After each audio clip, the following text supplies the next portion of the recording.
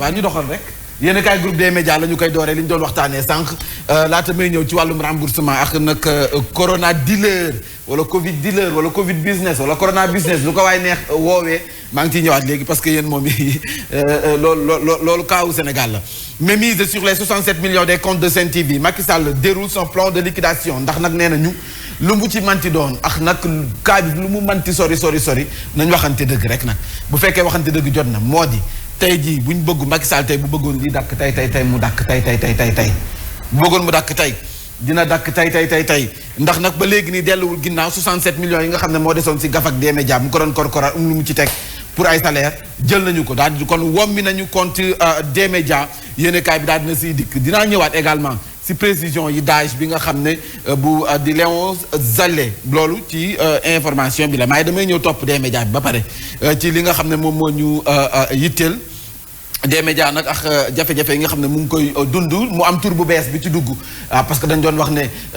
président Macky Sall dafa bëgg a liquider d'ici 2024 ci élection yi des médias Bougane Gueye Dany ak ay li nga xam ne mooy ay entreprise am ñu songandoo leen redressement fiscal jàppale ne beneen tur daf cee dugg mu di Bassirou Diomaye Faye ñu ne nag ñi làqu si ginnaaw ndekete moo di Ousmane Sonko bu Pastef donc Bougane Gueye Dany entre le marteau du président Macky Sall mais également l'enclume de Ousmane Sonko en tout cas noonu lañ ko mën a jàppee yéene kaay bi moom mooy wax di le mandat kon dose politique mi ngi ci am ndax nag quoi qu'on dise biir opposition bi dafa am ay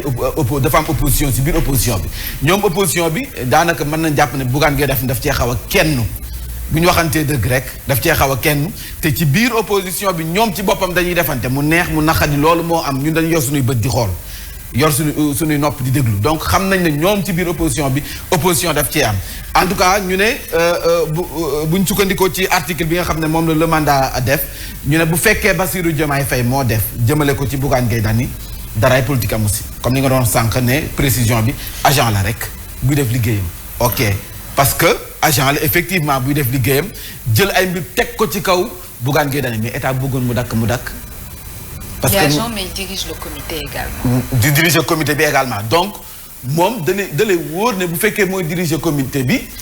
le dernier mot lui revient moom mooy valider bu ñu waxtaanee ba noppi moom mooy valider bu ñu waxantee dëgg nee nañu tey jii bu fekkee Bougane la ñuy dal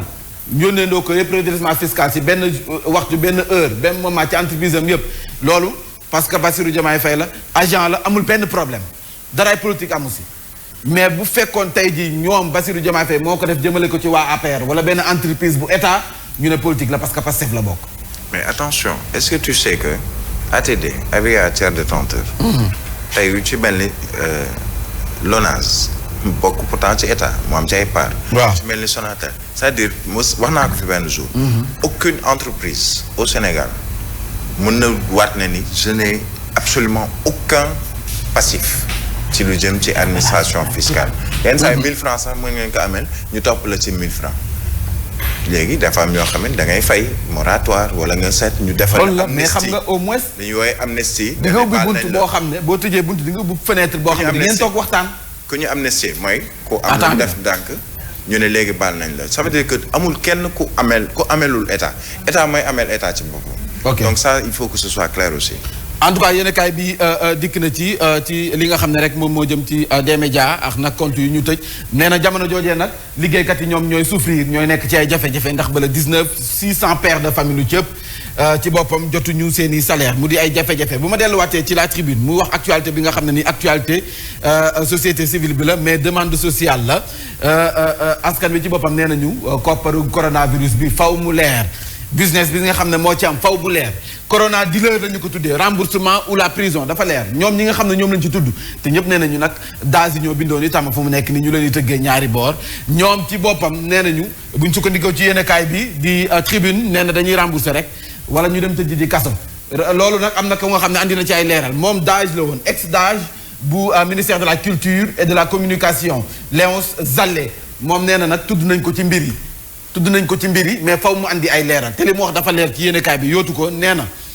weddiwu ma ne xaalis bi dugg na ci ministère de la culture et de la communication benn fonds Covid 19 bi koppar boobu bu ñu ko dugalee moom ci boppam moo signé seki mais bi nan ministre bi dane ko faw ñu taxawal benn comité de gestion bu fonds Covid 19 bi nee na ko yow doo bokk membre donc moom bokkul ci comité bi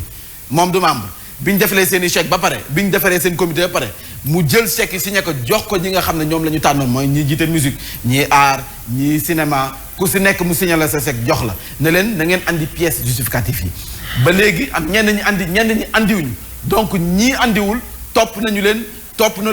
leen lu mu ci manti doon jël na yëpp jox ko ñi nga xam ne ñoom la ko jox waa Cour des comptes mais ñoom ci boppam nee nañ seen yoon nekku si ñoom ñëwaat donc am na si ñu nga xam ne sax am na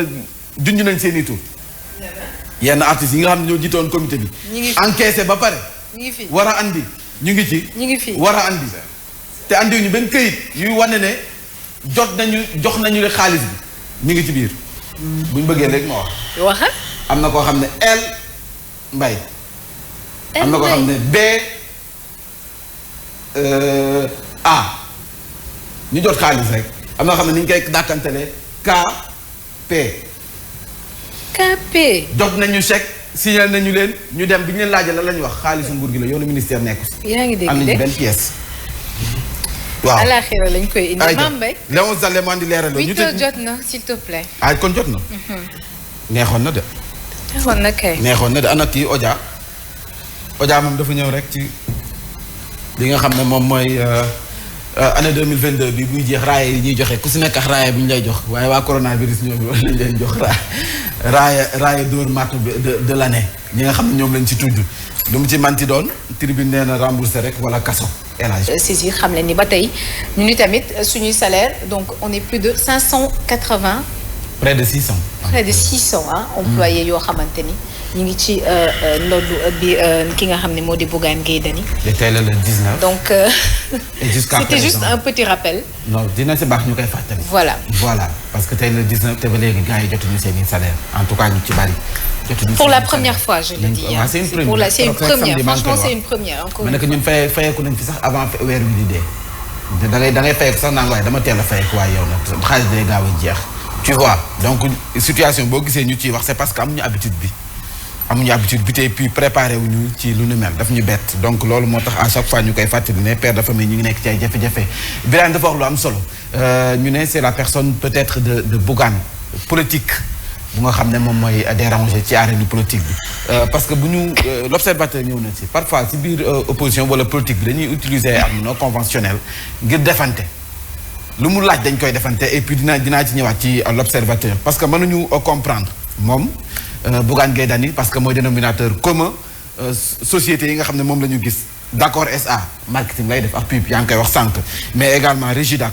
mbirum panneau publicitaire yooyu gis nañ situation bi nga xam ne moo ciy dund keroog rappelé na ko panneau publicitaire am daanaka yu bëri daaneel nañ ko ndax peut-être bët bi ñu koy xoolee ci wàllu politique Zik FM SA ci wàllu média Sen TV SA ci wàllu média des médias quotidien Tribune ci wàllu média mais également Boss SA wàllum ingénierie informatique finance ñu xëy benn jour ci même jour bi même waxtu bi ñu yónnee leen redressement fiscal fii ci réewum Sénégal doomu réewum Sénégal bu taxawal ay entreprise ngir ay sénégalais di ci liggéey ñu yónnee leen ko au même moment redressement fiscal tey jii wala au début ñu ñëpp ñu joxoon baaraam état parce que nag lu mu manti doon état bu bëggoon lii dakk tey mu dakk tey parce que mën na ko tey